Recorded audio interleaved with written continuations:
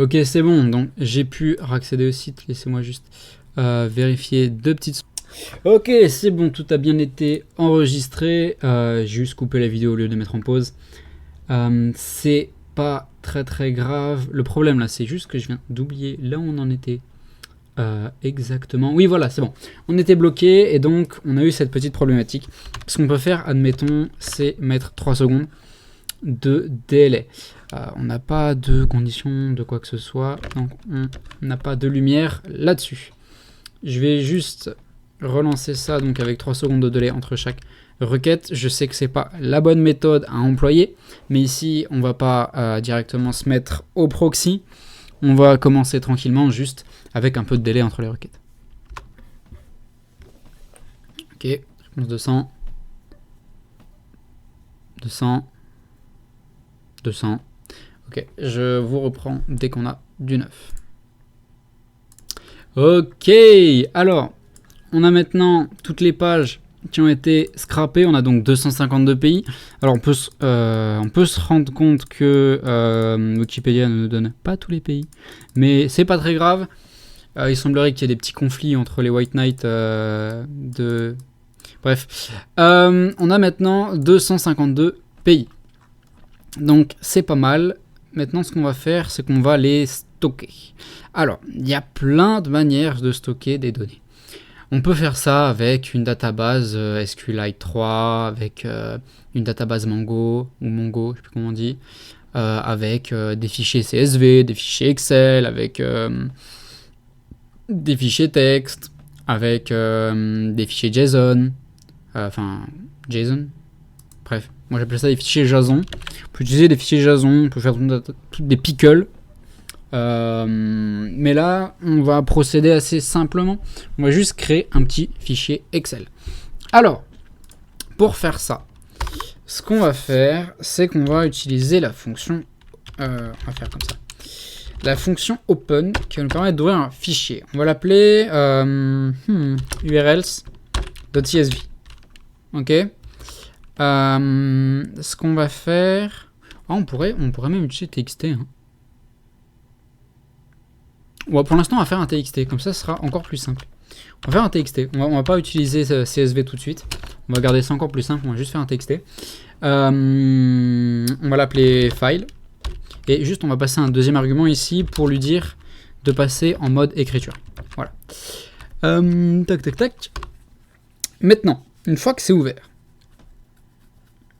ce qu'on va faire, c'est qu'on va prendre chacune de nos URL et on va l'imprimer à l'intérieur du fichier texte.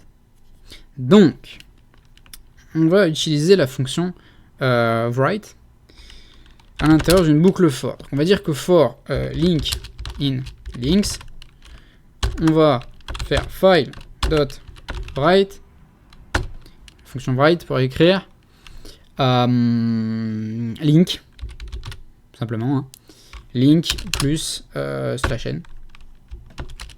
Et ça va nous permettre de revenir à la ligne à chaque fois qu'on aura un nouveau lien. Normalement, le lien, c'est déjà du texte. J'ai pas besoin de le passer en string. Du coup, je vais renvoyer ça.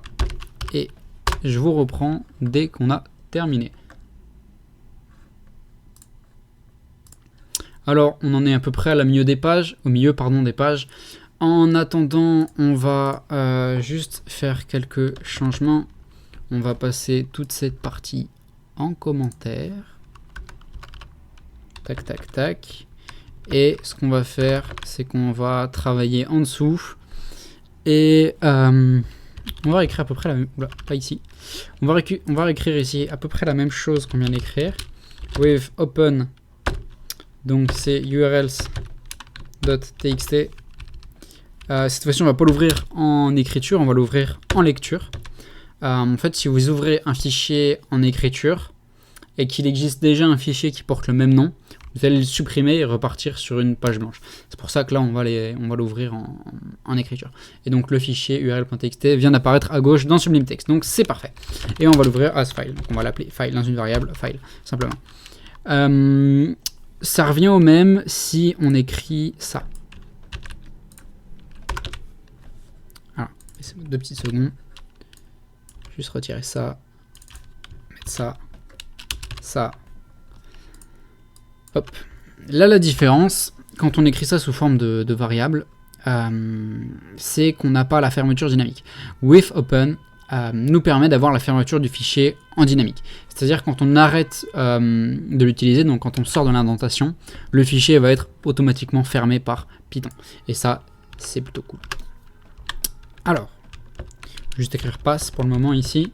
Et donc si j'ouvre ma liste d'URL, j'ai voilà, un fichier texte de 252 lignes avec toutes les URL. Parfait. Et donc, ce que je peux faire maintenant, c'est, par exemple, pour pouvoir afficher mes URL, for row, ou pouvoir les récupérer même une par une, row in file,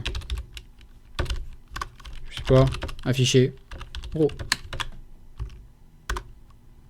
Voilà. Alors pourquoi il me met un retour à la ligne en plus? Ça par contre c'est bizarre, parce que dans mon fichier, j'ai pas de... Ok, bon, décider de l'afficher comme ça, ok, pourquoi pas. Si vous voulez, Python prend un fichier texte pour une suite de lignes. Ce qui fait que quand vous itérez un fichier texte, vous itérez à l'intérieur des lignes.